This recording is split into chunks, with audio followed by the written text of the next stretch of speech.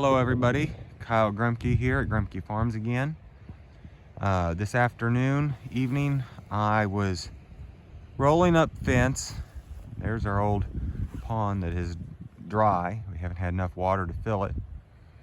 But I was rolling up fence. You can see the posts laying there. And I was just looking at the pastures. We have moved the cows over to the Tilly farm, which is right, well, you can see the barn right there and the little black dots there, that's the cows. This is our home pasture. This is where we were overwintering a lot, and I wanted to show you the difference between where we ended our wintertime grazing here and what hasn't been grazed since January. And then also one other thing that I think is very cool, which I wasn't expecting. So stay tuned for that towards the end. So right here where we're at, this is some of the last stuff we grazed. As you can see, it's not recovered a great amount. They were on here about 3 weeks ago. Now that we've gotten a little rain over the course of the last couple of weeks, we've gotten 9/10 of an inch, which is very wonderful. That's the first true measurable amount we've had since probably December. And that helps immensely. So I want you to see, here's our ground. We are keeping everything covered, even on the areas where the grass had gotten short. It's covered. You got to peel back to get to any type of dirt and soil. See right here. We got plants coming up in here. This is going to be ragweed. What we finished on, I am going to count on being a little more ragweed pressure than some of the stuff we started with, just because it didn't have as long to recover before the seed started germinating. With that too, I expect a little bit more clover. And as you can see, here's a young clover plant right here coming in. Here's one. Because we opened up that canopy.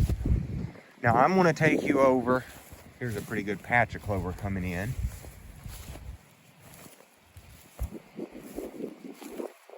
I'm going to move the camera slower. I was told that, sorry about the finger.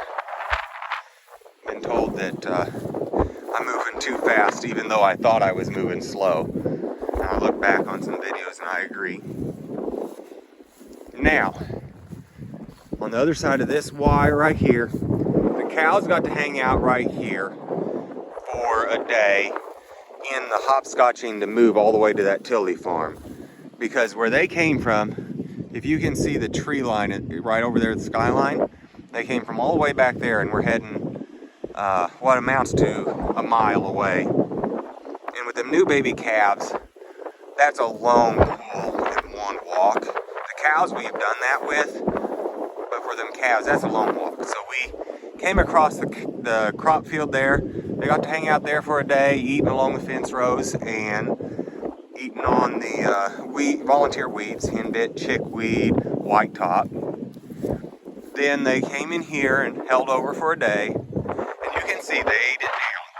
But we still have a lot of plants that they didn't. Excuse me for this wind. It just seems like we don't get a still day very often anymore. But you can see they didn't eat it all. Left plenty of grass for recovery. Still not any open ground. And I'll take you over here. This is where they haven't been since January.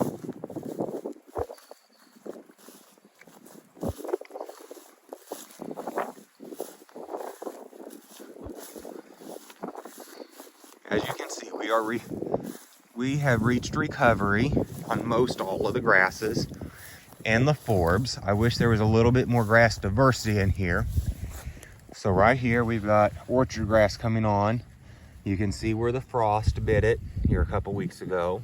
We got orchard grass. Here's fescue. Got a little bit of bindweed, which the cows will eat. What else are we seeing? Okay, so right over here is some more clover. That's red clover is going to come in. I saw some dandelion earlier. We got some sourdough right here, which the cows will eat it. If the goats were still here, this wouldn't be here. They'd have already ate it. I just want you to see, like here. Look at how much. We got 12 inches of grass right there.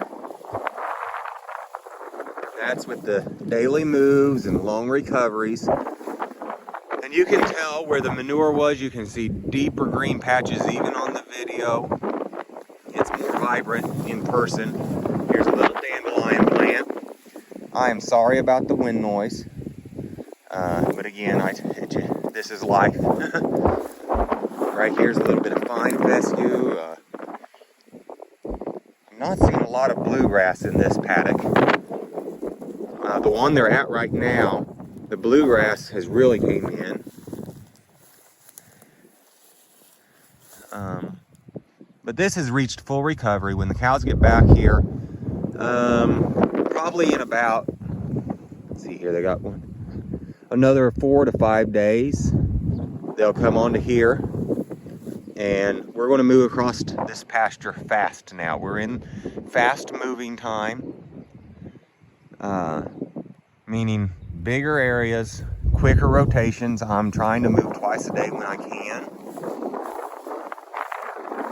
I want to take you over to a little surprise. Okay, we're at the top of the hill here. There's the house and the garden. And this area right here, I don't know if it is showing up on film like it should, or like I'm seeing it, but this grass is a deep green color. But if you look down, I mean, you have got to, there's manure everywhere.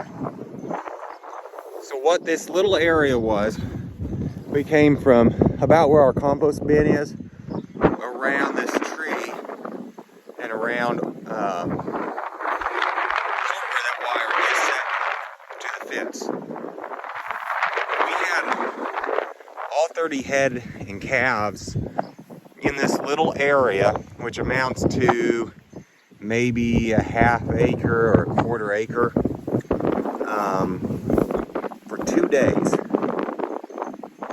And I fed them the first day. I gave them an alfalfa bale, a round bale of alfalfa, and then a grass bale. We spread it out and they ate it. You can see what is left.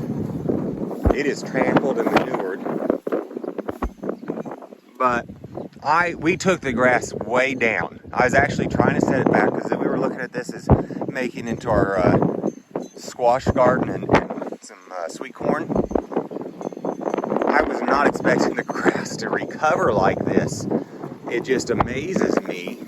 But really, thinking about it, it makes sense because of 2 reasons. We put a lot of nutrient down. There's a lot of manure that went down in urine. And also, as dry as we were, you know, urine is water and nutrients. And we put a lot of water, irrigated, down on this.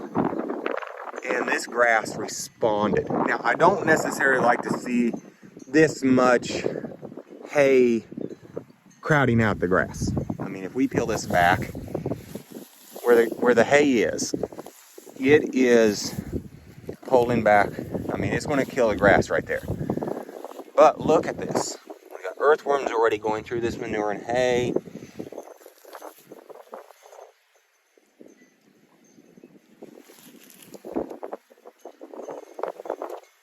Little dung beetle there.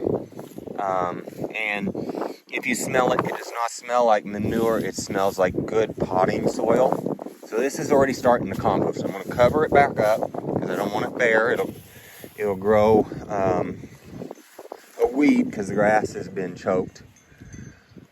But I guess when the cows come back in there, I'm going to put on here to nip it back down before we lay out our squash beds. But this is just amazing to me. Makes me think that what I have been doing this winter, I should have screwed the paddock sizes down just a little bit. Because if you come on the other side of where this line is, and you can almost see it right here, we just crossed over it. This grass is not nearly as deep green and rich looking, about the same height, but it does not look at all the same vibrant growth as what that back there had, and this is longer rest.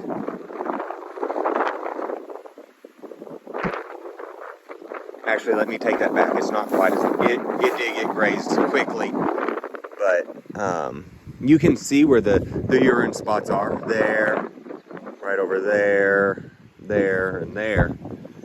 And that just amazed me back there where we were going to do the squash patch. Again, like I said, it makes me think I should have brought the stalking density up. Maybe not quite as long of a time period as what I had there on the farm, because I don't want to have that much trampling of my hay and stored feed, because anybody in the livestock business right here knows hay is in short supply and is expensive. But this is really going to grow now that we have gotten water warmed back up a little bit. It chilled off today. Now here you can see where overgrazing happened. The plant stand looks weak. Lots of weeds coming in. You can see the ragweed. And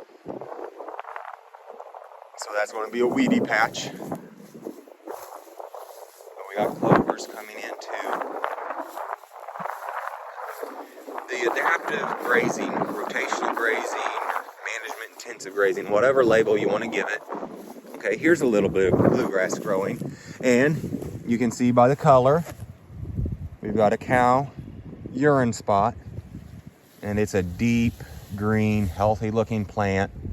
A little bit of bluegrass. Bluegrass is a very early maturing plant. They will still eat on it here.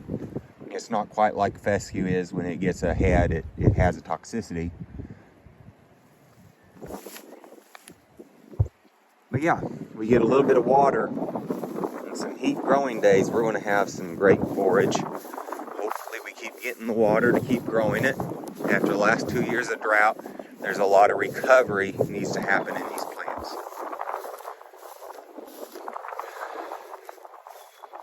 So anyway, I just wanted to show that to you all today, and we'll be talking to you later. I'm headed to move the cows and about ready to call it a day. So you all have a good day. Talk to you later.